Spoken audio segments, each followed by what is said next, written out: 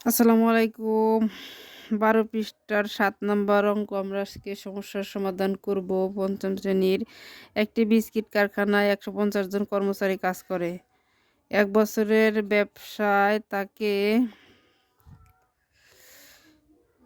এত হাজার টাকা লাভ হলো। ১ নম্বর প্রশ্ন বলছে কারখানার প্রতি মাসে কত টাকা লাভ হলো। ১ বছর লাভের টাকা কর্মচারীদের মধ্যে সমানভাবে ভাগ করে দিলে প্রত্যেকে কত টাকা পাবে।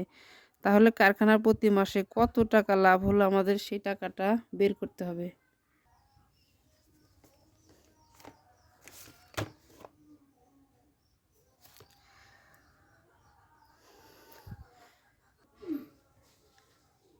ভিডিও পুশ করার কথা মনে নেই, যাই হোক আমরা এখানে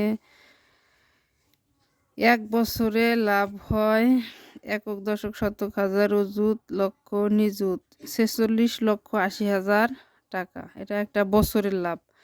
তাহলে ১ বছর কত মাসে? ১২ মাসে। প্রশ্ন চাইছে আমার প্রতি মাসে কত টাকা লাভ হয়। তাহলে যেহেতু বছরেরটা দেওয়া আছে ১ বছর ১২ মাস, সুতরাং ১ মাসে লাভ হয় ১২ দিয়ে মোট টাকাকে ভাগ করলে কিন্তু টাকার পরিমাণ চলে আসতেছে।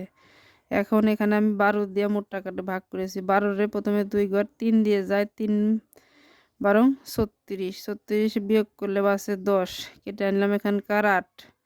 এখন ১০৮, ৮ ৯ বারং ১০৮, তারপর ০ ০ ০ ০ ১ ২ ৩ ৪, সুতরাং ৪টে শূন্য এখানে বসিয়ে দিলেই সমস্যা সমাধান হয়ে গেল। এখন আমরা ফল পেলাম একক দশক ৩,৯০,০০০ টাকা। এটা আসে কয় মাসের লাভ? ১ মাসের লাভ। এই ১ মাস বা প্রতি মাসের লাভই কিন্তু চেয়েছে, সুতরাং প্রতি মাসে লাভ হয় ৩,৯০,০০০ টাকা। এটাই উত্তর। এখন আমরা ২ নাম্বার সমস্যার সমাধানে যাই। ২ নাম্বার সমস্যা আমাদের বলছে যে ১ বছরে লাভের টাকাকে কর্মচারীদের মধ্যে সমানভাবে ভাগ করে দিলে প্রত্যেকে কত টাকা পাবে। কর্মচারী কিন্তু এতজন, একদম সহজ।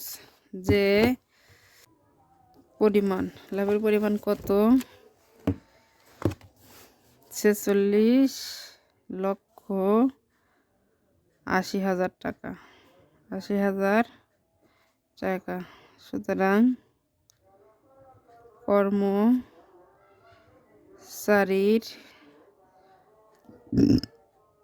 সংখ্যা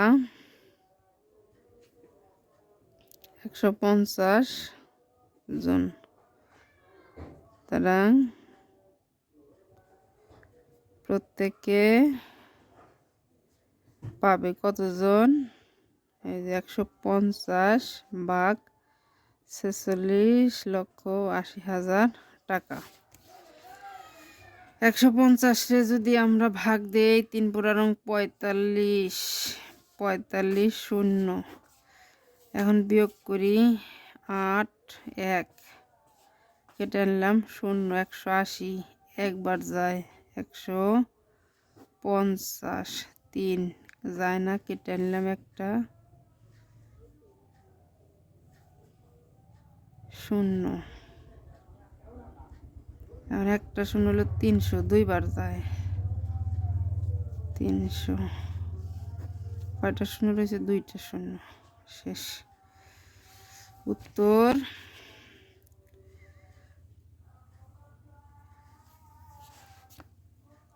লিখে নেই যে প্রত্যেককে